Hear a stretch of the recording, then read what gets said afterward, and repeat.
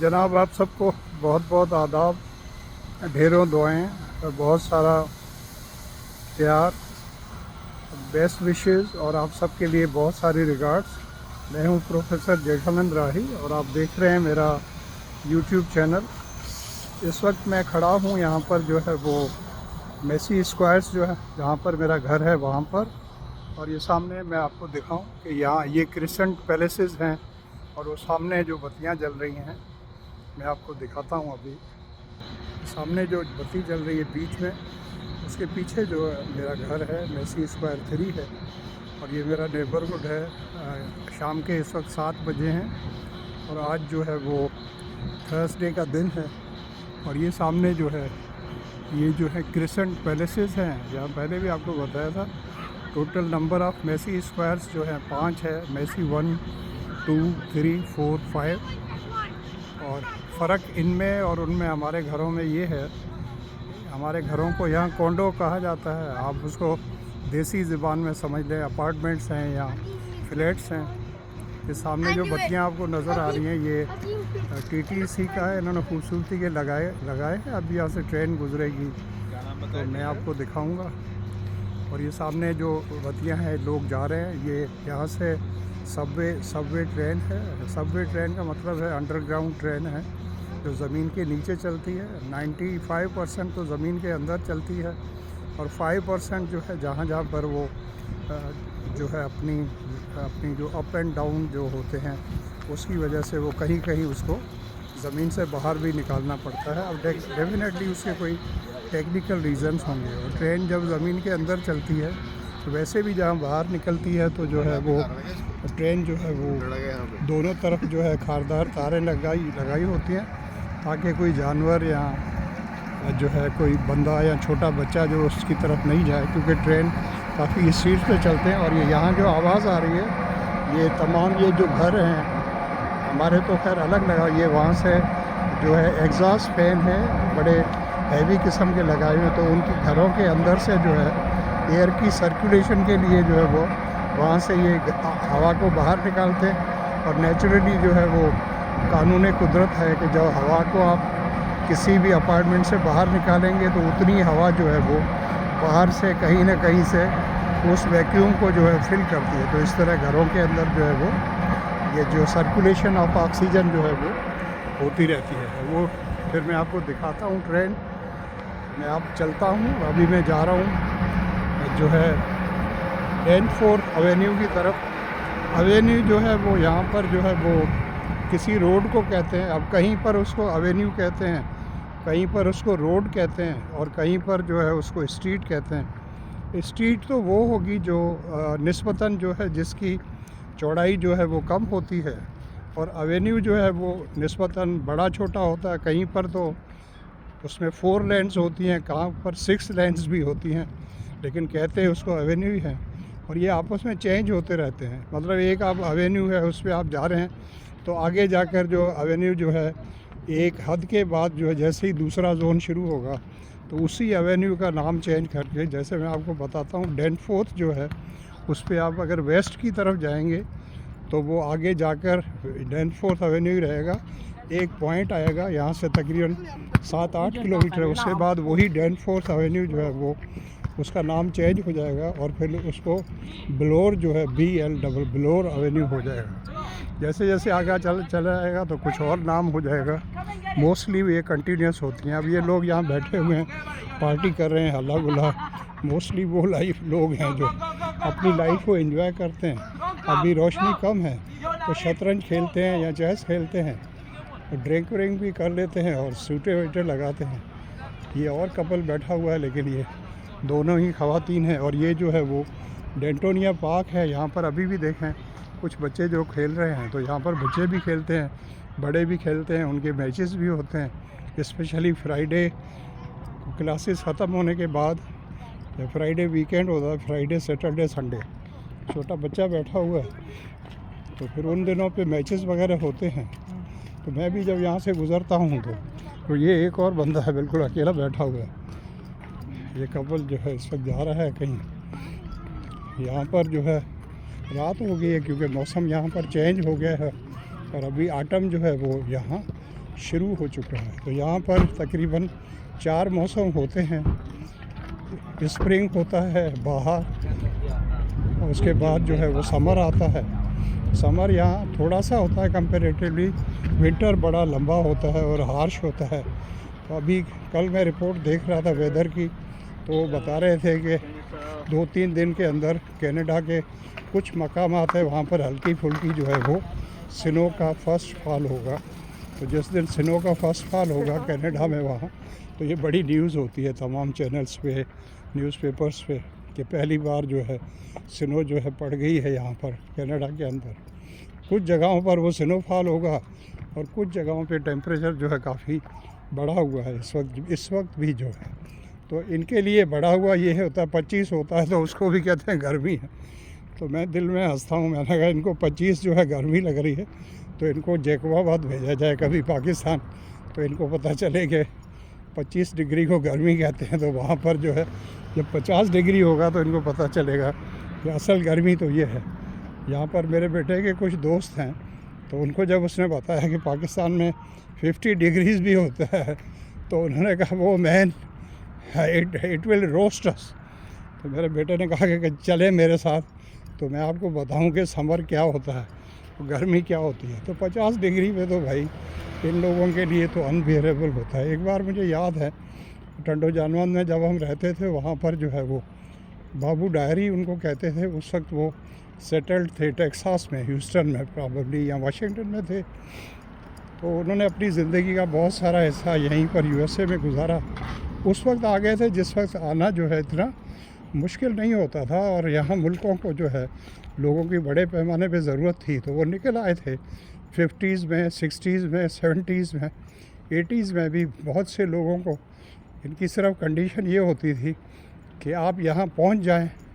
उस वक्त कुछ ऐसे भी लोग थे जो अभी जहाज़ वगैरह नहीं हुए थे या जहाज़ एक्सपेंसिव थे, तो वहाँ पर बांग्लादेश से, श्रीलंका से, पाकिस्तान से, उस वक्त तो ईस्ट पाकिस्तान, बहरहाल वहाँ से, पाकिस्तान से और कई ममालिक से जो लोग वो बहरी जहाज़ों में, जो पैसेंजर शिप्स होते हैं, उनमें चढ़कर यहाँ पर आते थे। उसका किराया काफ़ी कम होता था, तो उनमें चढ़कर आते थे और फिर वो यहाँ पर जैसे ही पहुँचते थे, तो अगर शिप के ज़रिए आते थे तो पोर्ट पर ही उनको वीज़ा लगा देते थे। कुछ को तो वहीं पर ही जो है वो ग्रीन कार्ड दे देते थे। कनाडा में उसको ग्रीन कार्ड नहीं कहते, उसको परमानेंट रेजिडेंट कार्ड कहते हैं, पीआर कार्ड कहते हैं।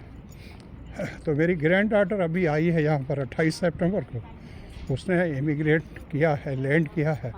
तो वो बता रही कि अब वो परमानेंट रेजिडेंट कार्ड नहीं देते, उसकी शक्ल और नाम उन्होंने चेंज कर दिया है, लेकिन है वही की वही चीज़। तो जैसे ही उसने यहाँ लैंड किया तो उसको एयरपोर्ट के ऊपर ही जो है वो परमानेंट रेजिडेंट कार्ड भी दे दिया और डॉक्यूमेंट्स भी दे दिए, और उसे जो है एक लैंडिंग पेपर जो है वो भी दे दिया। लैंडिंग पेपर में वो सब लिखते हैं कि किस वक्त जो है किसी भी बंदा जो कनाडा आया फर्स्ट टाइम, उसने लैंड किया है, क्या टाइम था, एग्जैक्टली टाइम भी लिखते हैं सिक्योरिटी के हिसाब से, क्योंकि वो कनाडा में एंटर हो रहा है। फिंगरप्रिंट्स वगैरह तो पहले ही ले लिए थे पाकिस्तान में उन्होंने, तो ये नए सिक्योरिटी के हिसाब से उन्होंने किया है। 2 लैंडिंग पेपर्स उनको पाकिस्तान में दिए गए थे, तो एक इन्होंने एयरपोर्ट पे ही उनको दे दिया, एक एम्बेसी वालों ने अपने पास रखा, एक यहाँ भेज दिया होगा ऑलरेडी, तो वो चेक वेक करके उसको वो भी दे दिया स्टैम्प करके। तो वो रिकॉर्ड है एक जो कि हमें मतलब सबको रखना पड़ता है, हमने भी रखा हुआ है, उसका एक नंबर होता है। तो यहाँ पर आएंगे और इसको 3 साल जब ये मुसलसल आदमी यहाँ रहता है कोई भी, तो 3 इयर्स के बाद उसको जो है वो यहाँ का पासपोर्ट मिल जाता है, जो कि सिटीज़नशिप है। अब आप कहेंगे सर परमानेंट रेजिडेंट और सिटीज़न में क्या फ़र्क होता है? तो फ़र्क ये होता है कि परमानेंट रेजिडेंट जो है उसको सारे राइट्स और बेनिफिट्स हासिल होते। एक फ़र्क है कि वो पॉलिटिक्स में हिस्सा नहीं ले सकता और वोट भी अपना कास्ट नहीं कर सकता। लेकिन जैसे ही वो सिटीज़न बनता है और उसको पासपोर्ट मिलता है, भले पासपोर्ट बाद में मिले, कुछ लोग पासपोर्ट बनवाते नहीं हैं। यहाँ बहुत से गोरे हैं जिनका जन्म ही उधर हुआ, लेकिन वो कहते हैं, हम मेरे बेटे से पूछे थे अपने पासपोर्ट क्यों बनवाते हैं आप लोग, क्यों खर्चा करते हैं? महंगा था उस वक्त, अभी भी काफ़ी महंगा है। महंगाई के हिसाब से इन्होंने किया है। तो लोगों को डिस्करेज भी करते हैं। बीच में कोविड में काफ़ी रश हो गई थी, तो डेफिनेटली उसमें लंबा जो है वेट टाइम था। और जैसे ही कोविड खुला है और एयर सर्विस दोबारा शुरू हुई, तो लोगों ने एक हंगामा, और लाखों के हिसाब से लोगों ने जो पासपोर्ट के लिए अप्लाई किया, तो उसमें बड़ा प्रॉब्लम हो गया था। लोग बड़ी कंप्लेंट कर रहे थे। तो उन्होंने कहा कि भाई, जब कोविड चल रहा था और मास्क के साथ आप आ सकते थे, जब लॉकडाउन नहीं था तो आप उस वक्त बनवा लेते। तो उन्होंने कहा कि उस वक्त हमें जाना ही नहीं था, हम क्यों बनवाएं। तो यहाँ तो ऐसे लोग होते हैं सरफरे टाइप के। बहरहाल, तो वो फेज़ भी गुजर गया, सब लोगों के पासपोर्ट वगैरह बन गए हैं, तो हमने भी बना लिया था। तो ये खबरें हैं यहाँ की। अब ये मैं आ गया हूँ डैनफोर एवेन्यू पे। अब ये साइड में आपको दिखा रहा हूँ, ये इसको ईस्ट कहते हैं। इस तरफ जो गाड़ियाँ जा रही हैं, लोग जाएंगे, तो उनके लिए कहा जाएगा कि ये डैनफोर एवेन्यू के ईस्ट में जा रहे हैं। यहाँ सारे रोड और तमाम तरफ जो है वो ईस्ट वेस्ट नॉर्थ साउथ के हिसाब से होते हैं। अब ये ईस्ट जा रहे हैं और ये चलता जाएगा। यहाँ से कोई 8-10 किलोमीटर के बाद जो है इसका नाम चेंज हो जाएगा और ये थोड़ा सा शहर से बाहर निकल जाएगा और फिर उसको ये कन्वर्ट हो जाएगा जो है यही रास्ता। अब यहाँ पर इसकी 4 लेन्स हैं, लेकिन एक लेन ये देखें, थोड़ा सा इसका हिस्सा जो दोनों तरफ ये उन्होंने साइकिल वालों के लिए जो कर दिया, क्योंकि इनकरेज कर रहे हैं कि लोग, ये कोविड के बाद इन्होंने किया है कि लोग ज़्यादा से ज़्यादा साइकिल से इस्तेमाल करें, पोल्यूशन कम होगी और अच्छी एक्सरसाइज भी है। और यहाँ पर बाइसिकल्स जो है 2 किस्म की हैं। एक वो क्लासिकल कहते हैं, जो पुराने तरीके से आप पैडल से चलाते हैं, उनकी भी क्वालिटी बहुत अच्छी होती है। और दूसरी जो है वो बाइक्स हैं, यहाँ इलेक्ट्रिक बाइक है जो चार्ज होती हैं और वो बैटरी पे चलती हैं। तो कभी आप उसको पैडल कर लें, कभी जब थक जाएं।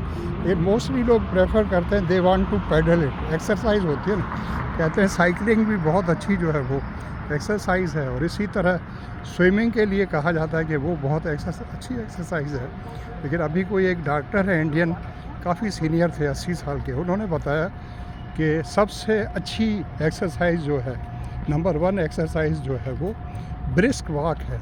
जल्दी आप चलें, इस तरह चलें कि आपको मतलब जैसे कोई आदमी एयरपोर्ट पे जा रहा है और वो समझ रहा है कि अगर मैं तेज़ नहीं चला तो एयरपोर्ट नहीं पहुंचूंगा और मेरी फ़्लाइट मिस हो जाएगी। Something like that, something between jogging and normal walk. उसके बीच में जितना भी तेज़ हो सके आप चलें, सीधा अपने आप को रखें, ये होती है ब्रिस्क वॉक। तो सबसे अच्छी बात है। आजकल मैंने भी जो है सीरियसली इसको शुरू कर दिया है। और अभी कुछ दिन पहले, जो 3-4 दिन पहले, मैं 7 किलोमीटर्स जो 7.16 किलोमीटर्स मैंने वॉक की थी।